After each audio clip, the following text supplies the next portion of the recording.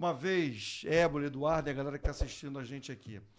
Era um treino à tarde, e aí o treino estava rolando na Lagave, e de repente, no intervalo do treino, acaba o treino, os jogadores vão lá beber água.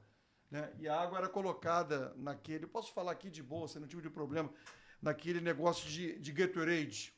Não era Gatorade, era água, né? Porque ficava um lado de Gatorade e ficava um de água. E aí o jogador começa a pegar, vem com um copo e começa a pegar, aí daqui a pouco, pô, essa água tá quente. Essa água tá quente, aí não sei o que, tal. Aí quando eu, né, aquela situação, né, criada de água quente, pô, água quente e tal. Bom, o que aconteceu? Daqui a pouco aparece um dos massagistas que não foi o falecido Denis, que na época era o primeiro massagista, mas um deles vem com 4, 5 sacos de gelo nas costas, lá do fundo da Gávea.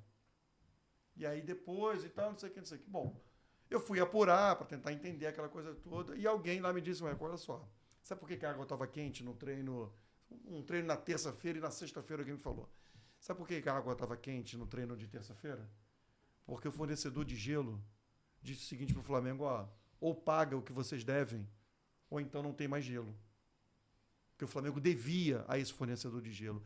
E eu queria saber de você, Eduardo, qual foi a coisa mais bizarra, qual foi a coisa mais surreal que caiu na tua frente, na tua mesa, e falou assim, meu Deus do céu, não é possível que o Flamengo esteja devendo isso aqui e você teve que pagar. Mas esse tipo de coisa acontecia com o Flamengo e acontecia com outros clubes também. Sem dúvida. Né? Logo que a gente assumiu ali, tem uma empresa que faz a logística dos clubes, né? Em viagem. No Rodrigo, né? Esqueci o nome agora. Offside, isso. Então, o Flamengo estava devendo um caminhão de dinheiro para o Offside, quando a gente chegou. Né? E os outros clubes também. Né? Aí, dentro desse espírito de fazer a coisa certa, né? E de cumprir acordo, né? Que era uma coisa nova no Flamengo, né? O nosso diretor financeiro chegou lá para o Rodrigo e falou, olha, nós estamos te devendo esse caminhão de dinheiro, e aí eu proponho pagar, sei lá, por hipótese, em 24 meses e tal, vamos dividir aqui em 2 anos e tal, em 2 anos a gente quita tudo e a partir de agora a gente paga religiosamente em dia o seu serviço. Tá bom? Tá bom. Aí quando chega, 3, 4 meses depois, vem o Rodrigo para mim e falou, presidente, queria te agradecer muito. Ele falou, mas por quê? Porque o Flamengo fez um acordo comigo e está cumprindo. Eu falei, pô, isso você precisa agradecer, isso é obrigação nossa. Né? Mas ele falou, mas nenhum clube cumpre. Não sei, de repente um ou outro cumpria e tal, mas a grande maioria dos clientes lá da Offside vivia pendurada. Né? E o fornecedor de gelo devia ser mais ou menos exatamente, isso. Né? Exatamente, assim, mas assim, achei engraçado entre aspas, né? Porque é muito surreal. Mas alguma conta bateu no teu colo, assim, falou, não é possível. Não é possível que estejamos devendo isso aqui. Que a gente tá devendo isso aqui, gente. Aí avacalharam demais a cara, não é possível. Como era um fornecedor de gelo, por exemplo. Esses detalhes também não chegavam a mim, de repente, né? Se fosse perguntar lá pro Paulo Dutra, pro pessoal lá o Renato Blaut, o pessoal lá da linha de frente ali do financeiro deveriam saber de coisas até piores, mas né, eu não me lembro, né? O que eu sei assim de coisas assim que chegavam a mim porque as pessoas vinham me agradecer, né?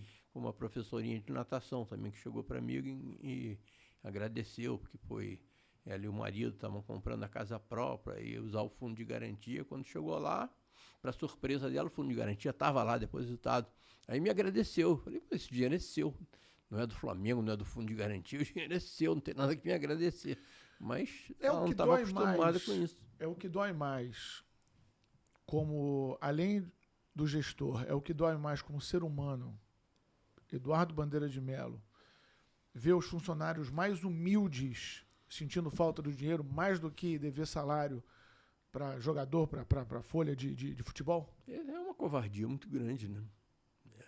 Pessoas, né? Tanto os humildes quanto os atletas que ganhavam muito dinheiro. Sim, mas a dependência da quem está lá embaixo no clube, né? De quem está fazendo outras funções não tão privilegiadas como aqueles que estão no ambiente do futebol, a falta do salário pesa muito. Pesa muito, né? Eu lia, né, nos veículos que vocês trabalhavam aí que muitos funcionários do Flamengo recorriam aos atletas que ganhavam mais para, de repente, né, fim de semana tá faltando uma graninha e tal, né? Isso realmente é uma covardia muito grande. E os funcionários do clube, na nossa gestão, Receberam em dia? nunca tive tempo, religiosamente em dia.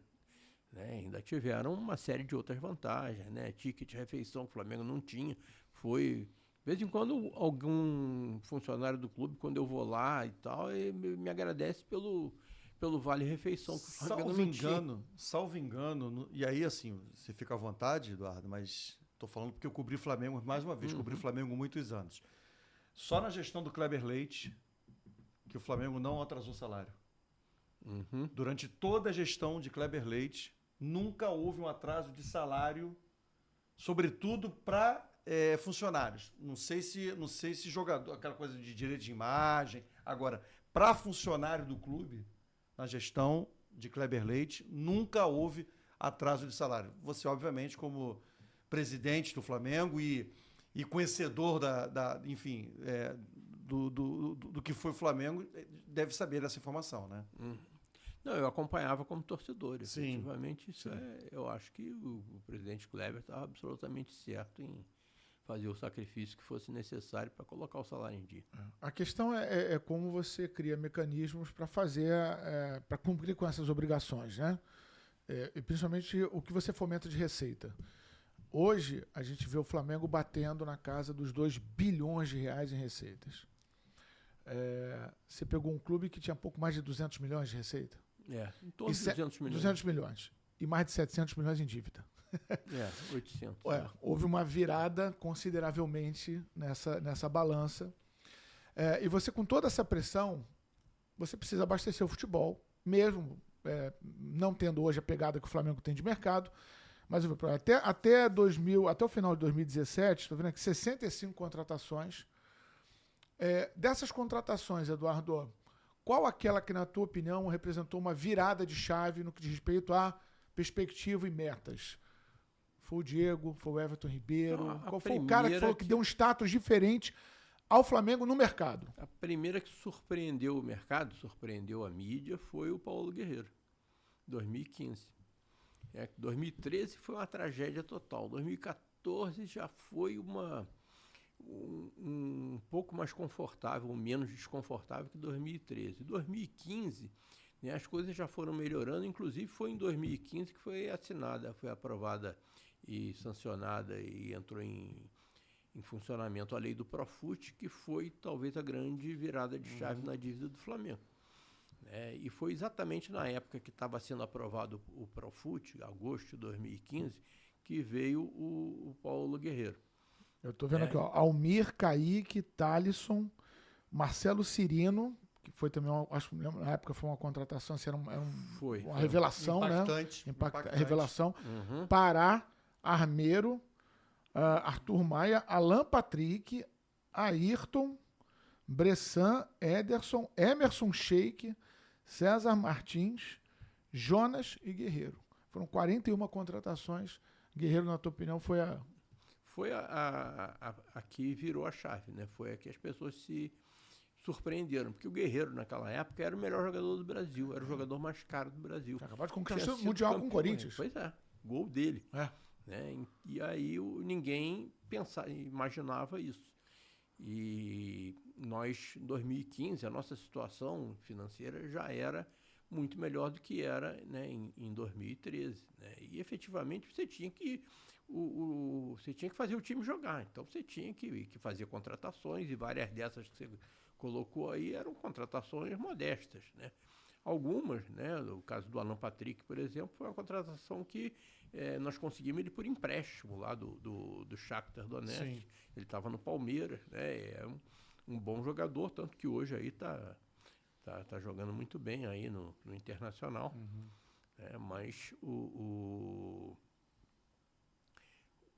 alguns jogadores, quase todos que você citou aí, devem ter vindo para o Flamengo sem nenhum investimento, né? É mais pagar salário mesmo. Eu tô vendo aqui, aí o Diego vem em 16, Aí em 17 veio a dupla, Everton Ribeiro e Diego Alves. Isso, Né? é. Aí, inclusive, já são representantes 2016, de uma geração que conquistou tudo, né? 2016, antes do Diego Ribas, né, veio o William Arão e o Rodinei. Sim. Né? E depois veio o Diego Ribas, que esse efetivamente foi o primeiro jogador que o Flamengo trouxe do exterior. Né? Teve a Aeroflá, né, quando o Diego Ribas chegou. O Paulo Guerreiro não precisou porque ele veio de São Paulo. Né? Mas eu lembro quando o Paulo Guerreiro veio, muita gente, colegas de vocês inclusive, disseram, tá vendo como aquela coisa de responsabilidade não ia durar muito? Duvido pagarem isso daí e tal. E estava tudo calculadinho direito, né? A gente ia sofrer, mas ia pagar o Guerreiro até o último centavo. E pagamos, em dia, o tempo todo. E aí, efetivamente, em 2016, não só a gente já começou a trazer jogadores melhores, como o nosso desempenho técnico já foi muito melhor. Então, em 2016, o Flamengo chegou em terceiro lugar no Campeonato Brasileiro, empatado com o segundo, 72 pontos. Né? Pontuação maior do que o título de 2020, maior do que o título de 2009. Né? Então, chegou um lá em primeiro que teve mais pontos que a gente. Mas já foi um desempenho muito superior ao que a gente vinha. O Flamengo se classificar para Libertadores, né, fase de grupo da Libertadores, era a exceção da exceção. Quando a gente conseguia alguma coisa, a torcida gritava quando estava perto, né? Tinha aquele canto, Libertadores, qualquer dia eu tô aí, né? Porque não era, qualquer dia eu tô aí. Nunca mais se ouviu esse grito que a partir de 2016 para cá, Libertadores, todo dia eu tô aí. Todo ano. Né? E, inclusive, e não é só participando, né? Ganhando, agora né? a gente ganha também. O grande legado esportivo, quer dizer, porque na tua gestão você teve como principal título a Copa do Brasil e os estaduais. Mas foi entregar essa vaga permanente na Libertadores, que é o que faltava ao Flamengo, né? Sim. Virar um clube de Libertadores da América. Isso, 2018, né? O Flamengo foi vice-campeão de novo, né? Quer dizer, foi vice-campeão pela primeira vez, né? Porque na outra a gente tinha sido terceiro lugar empatado com o Santos, que foi o vice. Mas em 2018, né, fomos vice-campeões. Graças ao vice-campeonato de 2018, a gente disputou aquela Libertadores, né? Se eu não me engano, pela primeira vez no pote 2, né? E aí o resto é história. Né? Mas a situação já era outra, né? E outras coisas aconteceram, né? Veio a negociação do Vinícius Júnior, do Paquetá, em que o dinheiro ficou todo para a gestão, praticamente todo para a gestão seguinte. Né? O contrato da Globo, que foi assinado em 2016, início de 2017, para vigorar a partir de 2019 também, foi o maior contrato de direito de transmissão da história do Flamengo, inclusive muito melhor do que esse que está agora. E os recursos financeiros começaram a aparecer e o que a gente imaginava era que, seguindo nessa rota virtuosa, o Flamengo teria tudo para ganhar tudo e sempre, né, que era a expressão que eu usava na época. E aí, você gostou desse corte? Então segue a gente aqui no YouTube para receber outros cortes como esse daqui.